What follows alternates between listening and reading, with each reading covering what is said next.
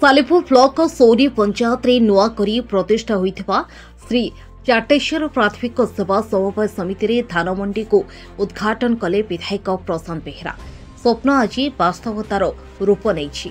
नुआ करी स्थापित होइथिबा श्री चाटेश्वर प्राथमिक सेवा समवाय समितिर प्रथम धान मंडी उद्घाटन महासमारोह अनुष्ठित हो जाइछि।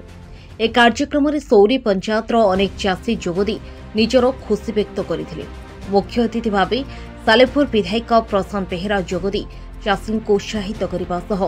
ए समवाय समिति को एक आदर्श सेवा समवाय समिति रे पहुंचाइबा सह सालेपुर ब्लॉक रे 1 नंबर हेबार लक्ष्य रखिछि बोली कहिथिले। ए कार्यक्रम रे जिला परिषदक प्रतिनिधि विक्रम केशरी सामल, सौरी पंचायत सरपंच प्रभाती बेहेरा, रामकृष्णपुर पंचायत समिति सभ्य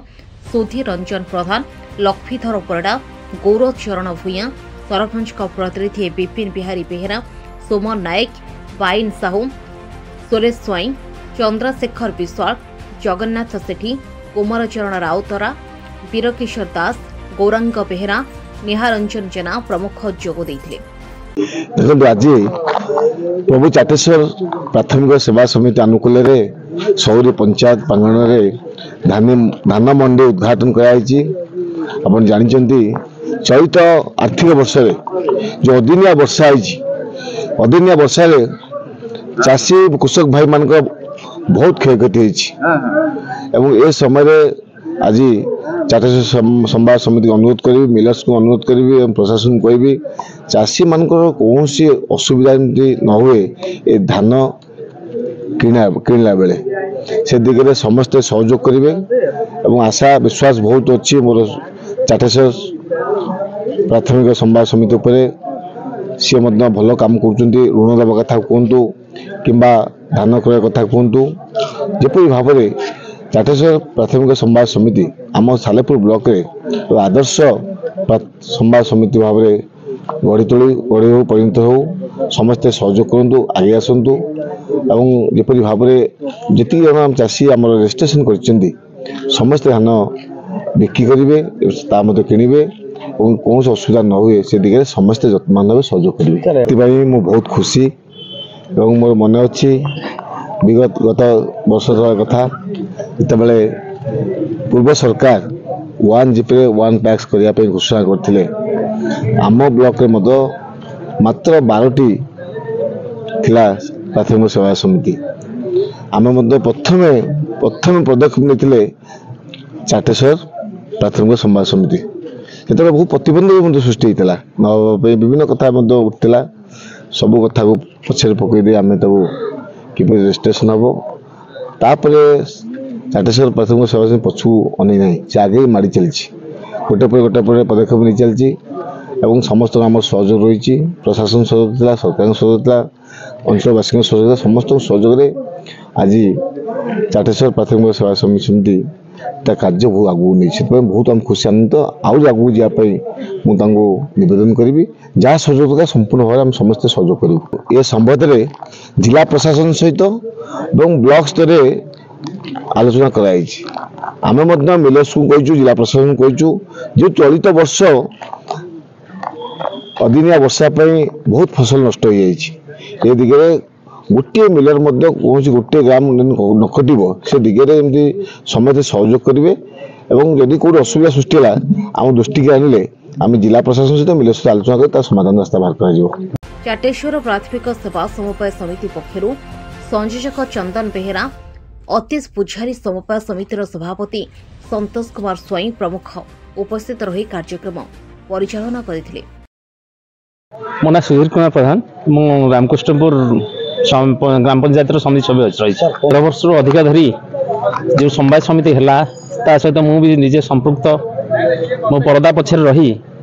चंदन हूँ बा संतोष हूँ जी कि कर्मकर्ता थे जो आरंभ है आरंभ स्तर से जो जंत्रणा दुख आउ से जो दौड़ा खरार दौड़ा बारंबार विभिन्न जगह भुवनेश्वर जावा कटक जावा विभिन्न स्थान को जावा अनुभव करते चाह साहाय्य मत से मागिं से पिला जोगे जोगेदेला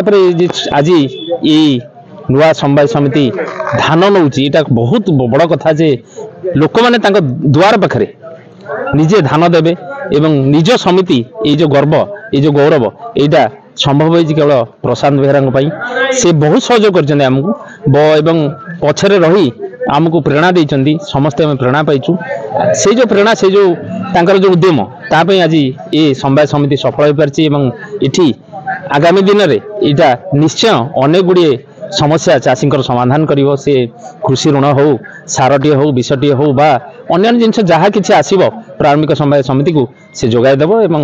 ଏଠିକାର ଚାଷୀ ଉପକୃତ ହେବେ ଏହି ଲକ୍ଷ୍ୟ ଏହି ଆଶା ନେଇ ଏ ସମବାୟ ସମିତି ଗଢ଼ା ହେଇଥିଲା ଯେଉଁ ବନ୍ଧୁମାନେ ୟାକୁ କରିଛନ୍ତି ସେମାନଙ୍କୁ ମୁଁ ଅନେକ ଅନେକ ସାଧୁବାଦ ଜଣାଉଛି ଯେ ଚାଷୀ ପାଇଁ ଏବଂ ଚାଷ ଦୁଇଟା ଜିନିଷ ଚାଷୀ ଆଉ ଚାଷ ଏଇଟା ଆଜ୍ଞା ଦୁନିଆରେ ନ ରହିଲେ ମୁଁ କହୁଥିଲି ସଭାରେ ଯେ ଚାଷୀ ଆଉ ଚାଷ ନ ରହିଲେ ଆମେ ବି ବଞ୍ଚିବା ଆଜ୍ଞା ସମ୍ଭବ ହେବନି ତେଣୁ ସେମାନଙ୍କୁ ଆଗେ ଦେଖିବା କାରଣ କିଏ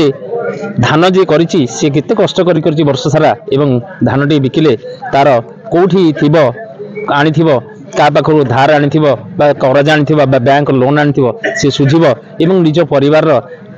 ଦୈନନ୍ଦିନ ଗୁଜୁରାଣ ମେଣ୍ଟାଇବାକୁ ସେ ସକ୍ଷମ ହେବ ଏଇଟା ହିଁ ଆଜିକାର ବାର୍ତ୍ତା ବୋଲି ମୁଁ କହୁଛି।